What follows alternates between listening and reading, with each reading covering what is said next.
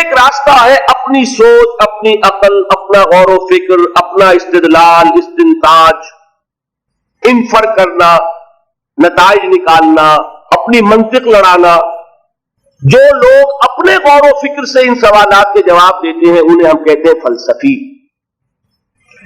ایک ایسے لوگ بھی ہمیں ملے تاریخ میں جنہوں نے یہ دعویٰ کیا کہ ان سوالات کا جواب ہمیں ملا ہے ایک اور ذریعے سے. وہ ذریعہ ہماری سوچ کا نہیں ہے، وہ ہمارے غور و فکر کا حاصل نہیں ہے، وہ ہماری منطق کا نتیجہ نہیں ہے، بلکہ ایک اور سورس ہے جو تمہارے پاس نہیں ہے. وہ سورس وحی کی سورس ہے، وہ ذریعہ وحی کا ذریعہ ہے. اس ذریعے سے ہمیں معلومات حاصل ہوئی ہے. ان کو ہم کہتے ہیں نبی. فلسفی اور نبی میں اتنا ہی فرق ہے. فلسفی ان سوالات کو گریپل کرتا ہے، ان کے ساتھ وہ اپنے ذہن، اپنے فکر کی قوت اور صلاحیتوں کے ساتھ کشتی کرتا ہے. اب کسی فلسفی کا کوئی نتیجہ ہے، کسی کا کوئی نتیجہ ہے. یہی وجہ ہے کہ فلسفی اپنا فلسفہ پیش کرے گا، کبھی یقین کے ساتھ نہیں کہہ سکتا کہ یہی حق ہے. یہ کہے گا ہمیں یہ معلوم ہوتا ہے، ہمیں تو یوں بات سمجھ میں آئی ہے، ہم یوں سمجھتے ہیں. اس سے ظاہر نہیں کہہ سکتا. کوئی فلسفی دنیا میں نہیں ہے جو یہ دعویٰ کرے کہ میں دعوے سے کہہ رہا ہوں کہ جو کچھ میں کہہ رہا ہوں وہ صحیح ہے. لیکن نبیوں کا معاملہ وہ ہے کہ انہوں نے کہا ہم دعوے سے کہتے ہیں جو صحیح، جو بات ہم تک پہنچی ہے وہ صحیح ہے، اس میں کسی شک و شبے کی گنجائش نہیں. آپ نے نوٹ کیا ہوگا سورہ بقرہ کی پہلی آیت کیا ہے؟ قرآن کا آغاز ہوتا ہے اس سے ذالک الکتاب لا ریب فیہ. یہ دعویٰ صرف نبی کرتا ہے، فلسفی نہیں کرتا. اور فلسفی اپنا فکر پیش کرتا ہے، جبکہ نبی کہتا ہے کہ میرا فکر نہیں ہے، میرا غور نہیں ہے. میں نے وہ آیت آپ کو اس سے پہلے بھی سنائی ہے کہ حضور سے کہا گیا کہ اس قرآن میں ترمیم کر دو، اس میں کچھ تبدیلی کرو. ایتے بے قرآن غیر ھذا وبدل ہو. سورہ یونس میں یہ چیز موجود ہے. کیا جواب دیا گیا؟ دلوایا گیا. قل ما یکون لی ان ابدلہ من تلقاء نفسی ان اتبع الا ما یوحی الی. کہہ دیجئے میرے لیے ہرگز ممکن نہیں ہے کہ میں اس میں کوئی تبدیلی کر سکوں اپنے جی سے. میں تو خود پابند ہوں اس کا جو مجھ پر وحی کیا جا رہا ہے. میں اس میں تبدیلی کیسے کروں گا؟ انا اول المسلمین، میں تو پہلے گردن جھکا دینے والا میں خود ہوں. انا اول المومنین، سب سے پہلے اس کی تصدیق کرنے والا میں ہوں. میرا کلام ہوتا الفاظ بدل دیتا، میرا فلسفہ ہوتا کوئی نہ کوئی ترمیم کر دیتا، کوئی گیو اینڈ ٹیک، کوئی کسی درجے میں مفاہمت، کوئی لے دے کر سودا کرنا. میری بات نہیں ہے، میرا قول نہیں ہے، میرا فکر نہیں ہے، میرا فلسفہ نہیں ہے. یہ تو مجھ پر وحی کیا جا رہا ہے اور خود میں سب سے بڑھ کر پابند ہوں اس وحی کا کہ جو حکم دیا جا رہا ہے پہلے میں خود اس پر عمل کرتا ہوں. یہ فرق ہو گیا فلسفی اور نبی میں. باقی جہاں تک سبجیکٹ میٹر کا تعلق ہے، جہاں تک مسائل کا تعلق ہے، وہ بالکل کامن ہے فلسفی اور ریلیجن. یہ بات واضح ہو گئی. تو ایک بات اور سمجھ لیں، حضرت ابراہیم علیہ السلام کا قول اس ضمن میں بڑا پیارا ہے. سورہ مریم میں آتا ہے انہوں نے اپنے والد سے یہ بات کہی،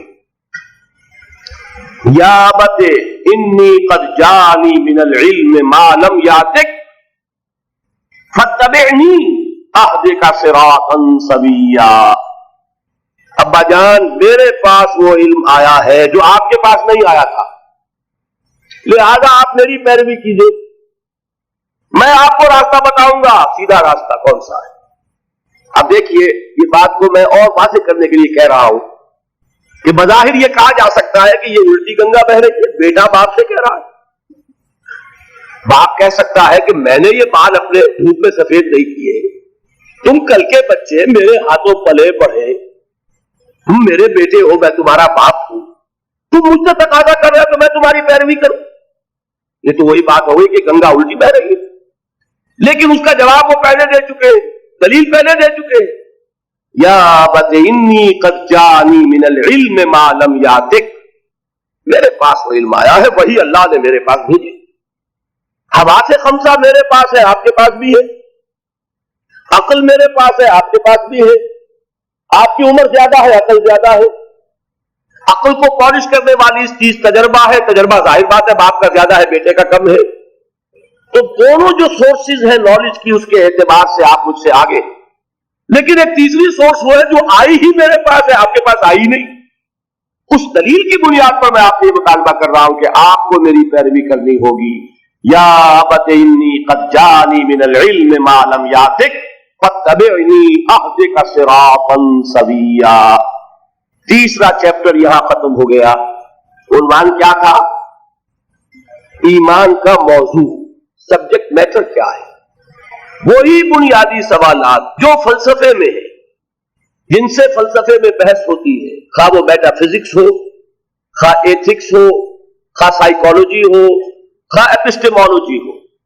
جو سوالات وہاں ہیں وہی سوالات یہاں ہیں، لیکن وہاں سورس کیا ہے؟ ہیومن انٹلیکٹ، ہیومن لاجک، منطق، غور و فکر، سوچ بچار، تعقل، تفکر. اور یہاں کیا ہے؟ وحی. یہ فرق ہے. باقی جہاں تک سبجیکٹ میٹر کا تعلق ہے کوئی فرق نہیں. چوتھا بات کیا تھا؟ ایمانیات ثلاثہ کی تفصیل. اب ہمیں یہ سمجھنا ہے کہ انبیاء نے ان سوالات کا جواب کیا دیا. یہ ہے ایمانیات. وہ جوابات جو ہیں ان کو ذرا ذہن نشین کیجئے. البتہ یہ کہ اس کے لیے 3 عنوان پہلے ذہن میں قائم کر لیں. ان کو 3 گروپس کے اندر ہم جمع کر لیں گے. ایک ہے ایمان باللہ یا توحید. توحید اسی کو کہتے ہیں جسے ایمان باللہ کہتے ہیں. ایک ہے ایمان بالآخرہ یا معاد، اور ایک ہے ایمان بالرسالت. یہ 3 عنوانات ہیں، لیکن یہ کہ بعد جب اب میں تفصیل سے بیان کروں گا تب یہ علیحدہ علیحدہ آپ کے سامنے آئیں گے کہ انبیاء نے، اور یہ مشترک چیز ہے، ایمان جس کی دعوت دی موسیٰ نے، عیسیٰ نے، ابراہیم نے، نوح نے، ہود نے، صالح نے اور محمد نے صلی اللہ علیہ وسلم علیہ الصلوۃ والسلام، سرے منہ فرق نہیں. شریعت میں فرق ہے. نماز کیسے ہوگی، روزہ کیسے ہوگا، یہ سارے احکام، فلاں چیز حلال فلاں حرام، ان میں بھی فرق ہو جائے گا، ہوا ہے. لیکن جہاں تک ایمان کا تعلق ہے، از آدم تا ایندم، آدم سے لے کر آج تک ایمان میں کوئی فرق واقع نہیں ہوا. وہ وہی ہے آدم سے لے کر محمد الرسول اللہ. وہ کیا ہے؟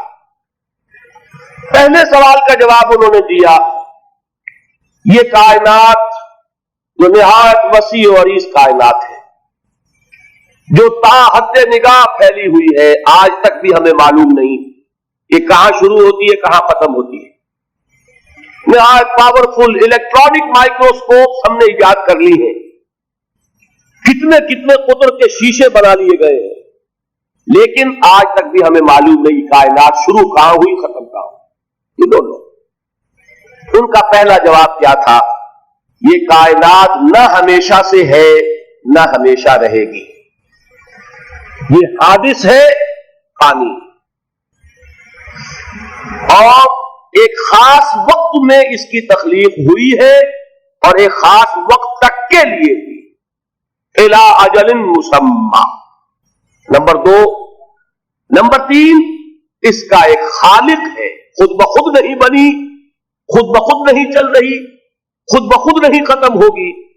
ایک خالق ہے اس کا جس نے اس کو پیدا کیا. اور یہ کہ پیدا کرنے والا، چلانے والا اور ختم کرنے والے 3 نہیں ہیں. جن حضرات کے علم میں ہوگا، ہندوؤں میں ایک مسلک یہ بھی ہے، پیدا کرنے والا خدا اور ہے، اس کا رب، اس کو چلانے والا، پرورش کرنے والا اور ہے، اس کو ختم کرنے والا اور ہوگا. یعنی یہاں تک تو وہ مان رہے کہ کائنات نہ ہمیشہ سے نہ ہمیشہ رہے گی، یہ پیدا ہوئی ہے اور ختم ہوگی. لیکن یہاں سے آگے فرق ہو گیا، پیدا کرنے والا اور، اس کو نرش کرنے والا، پرورش کرنے والا اور، اس کو ہلاک کرنے والا اور. جبکہ انبیاء کی دی ہوئی بات کیا ہے؟ وہ ایک ہی اللہ ہے، وہی خالق، وہی مدبر، وہی ہے کہ جس کے حکم سے کائنات ختم ہوگی، قیامت واقع ہو جائے گی.